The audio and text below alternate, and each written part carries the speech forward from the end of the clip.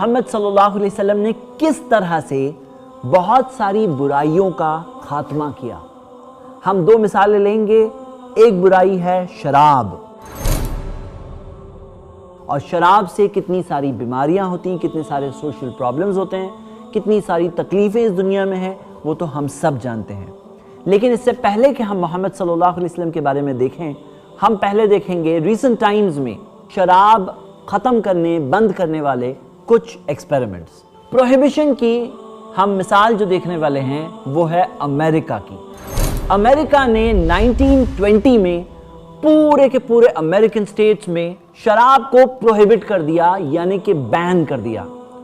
1920 से जो प्रोहिबिशन शुरू हुआ वो 1933 यानी 1933 तक चलता रहा, पूरे 14 सालों तक। जैसा कि आप इस फोटो में देख सकते हैं, शराब के कंटेनर्स जगह जगह पे जब पकड़े जाते वहां पर बहा दिए जाते। लेकिन ये एक्सपेरिमेंट बहुत बुरी तरह से फेल हो गया।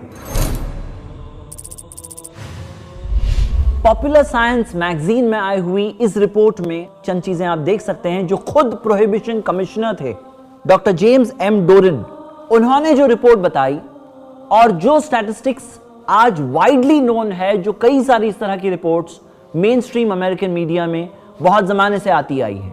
जब शराब बेचना ऑफिशियली बंद हुआ, गवर्नमेंट ने प्रोहिबिट किया, तो अंडरग्राउंड तरीके से माफिया उसकी डीलिंग करने लगे। बूटलेगर्स आकर के शराब इलीगली जगह जगह पर बेचने लगे। शराब का इलीगल बिजनेस यहां तक पहुंच गया कि उस जमाने के 3 बिलियन यूएस डॉलर्स का सालाना इनकम थी इलीगल लिकर से, जो टैक्स फ्री इनकम थी, क्योंकि वो टैक्स इवेडेड इनकम थी। उस जमाने के 3 बिलियन यूएस डॉलर्स यानी आज के कितने हुए? आज के 42 बिलियन यूएस डॉलर्स हुए। यानी कि इंडियन रुपीस में अगर देखें तो 27.5 लाख करोड़ की सालाना इनकम। हुआ ये कि सारे ये अंडरग्राउंड माफिया जो शराब बेचकर अच्छी कमाई करने लगे, उस कमाई की वजह से वो ज्यादा स्ट्रांग हुए, और स्ट्रांग होने की वजह से पूरे के पूरे अमेरिका में क्राइम बढ़ गया। आपके सामने रिपोर्ट मौजूद है कि इस पीरियड में क्राइम 24% बढ़ गया अमेरिका में। शराब बैन हुआ, एक चीज आसानी से मिलने लगी और वो है ड्रग्स।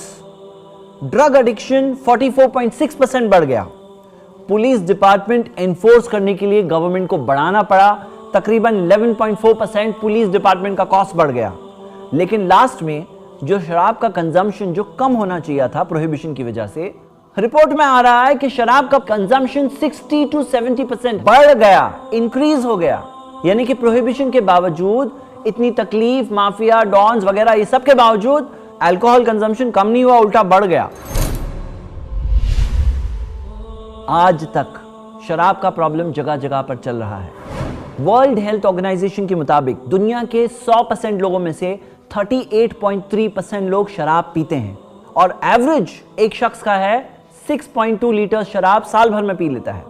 इंडिया की अगर हम रिपोर्ट देखें तो इंडिया की 30% पॉपुलेशन शराब पीते हैं, उसमें से 11% तो बिल्कुल हैवी ड्रिंकर्स है, यानी कि शराबी हैं जिनके लिए प्रॉब्लम बन चुका है उनका शराब। एक एवरेज इंडियन 4.3 लीटर शराब पीता है, लेकिन रूरल एरियाज में तकरीबन 11.4 लीटर शराब पिया जाता है। इंडिया में 33 लाख जानें शराब की वजह से जा चुकी है, और एवरेज लाइफ एक्सपेक्टेंसी शराब की वजह से 4 साल कम हो चुकी है। यह है वर्ल्ड हेल्थ ऑर्गेनाइजेशन की रिलीज रिपोर्ट पूरी दुनिया की कंट्रीज की। जो आप ब्लैक में देख रहे हैं वो कंट्रीज सबसे ज्यादा शराब पीती हैं, जो ब्राउन में देख रहे हैं वो उनसे कम, और सबसे कम जो है जो आप क्रीम कलर की कंट्रीज देख रहे हैं। आप देख सकते हैं कि मोहम्मद सल्लल्लाहु अलैहि वसल्लम की तालीमात है जिनकी वजह से मुस्लिम कंट्रीज का कलर क्या है वो आप खुद देख लीजिए। आज तक दुनिया के लोग शराब के प्रॉब्लम का सही सल्यूशन नहीं पा सके हैं, और हम देखते हैं कि आज इंडिया में भी कई स्टेट्स में शराब प्रोहिबिटेड है, और हम इस कोशिश को एनकरेज करते हैं, इसकी मुबारकबादी देते हैं। लेकिन अमेरिका में प्रोहिबिशन में जो डिफ़िकल्टीज़ आई, उसमें से बहुत सारी डिफ़िकल्टीज़ आज इंडिया में भी चल रही है। आइए देखते हैं, आज से 1400 साल पहले ये एक इंसान ने वहाँ के अरब सिस्टम, जिसके अंदर शराब से ब्लाइंड मोहब्बत की जाती थी, शराब को ख़ास पिया जाता था, उसे कई नामों से पुकारा जाता था, उससे बहुत ज़्यादा मोहब्बत करते थे। लेकिन ये शराब के प्रॉब्लम को उन्होंने कैसे डील किया, हम देखते हैं कि कुरान का सबसे पहला वर्स आयत आई सूरह बकरा की सूरह नंबर 2 आयत नंबर 219, जिस आयत में सिर्फ इतनी बात कही गई कि वो आपसे शराब और जुए के बारे में पूछते हैं, कहो इसमें बड़ा नुकसान है और कुछ फ़ायदा है, लेकिन नुकसान फ़ायदे से बहुत ज़्यादा है। ये बात से एक जहन बना कि नुकसान ज़्यादा है। फिर उसके बाद कुरान की आयत आई सूरह निसा सूरह नंबर 4 आयत नंबर 43, ला तक़रबुस सलाह व अंतुम सुकारा, नमाज के करीब भी मत आओ नशे के हाल में। अब नमाज दिन में 5 बार पढ़ना है तो नमाज के टाइम पर शराब नहीं पी सकते, ये बात क्लियर हो गई।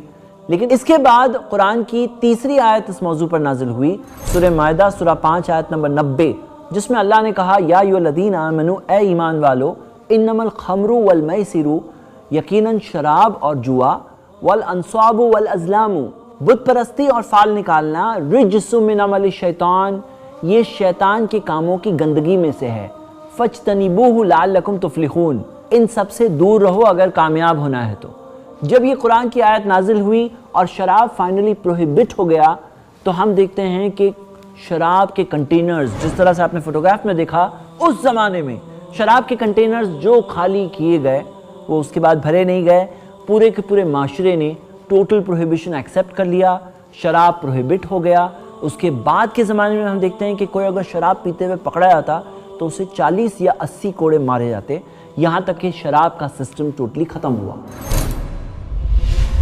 गैम्बलिंग, जुआ, आप देख रहे हैं कि आज के सिविलाइज वर्ल्ड में ये 2016 की रिपोर्ट में आया है कि कौन सी कंट्रीज गैम्बलिंग में सबसे ज़्यादा नुकसान उठा रही हैं, लॉस कर रही हैं।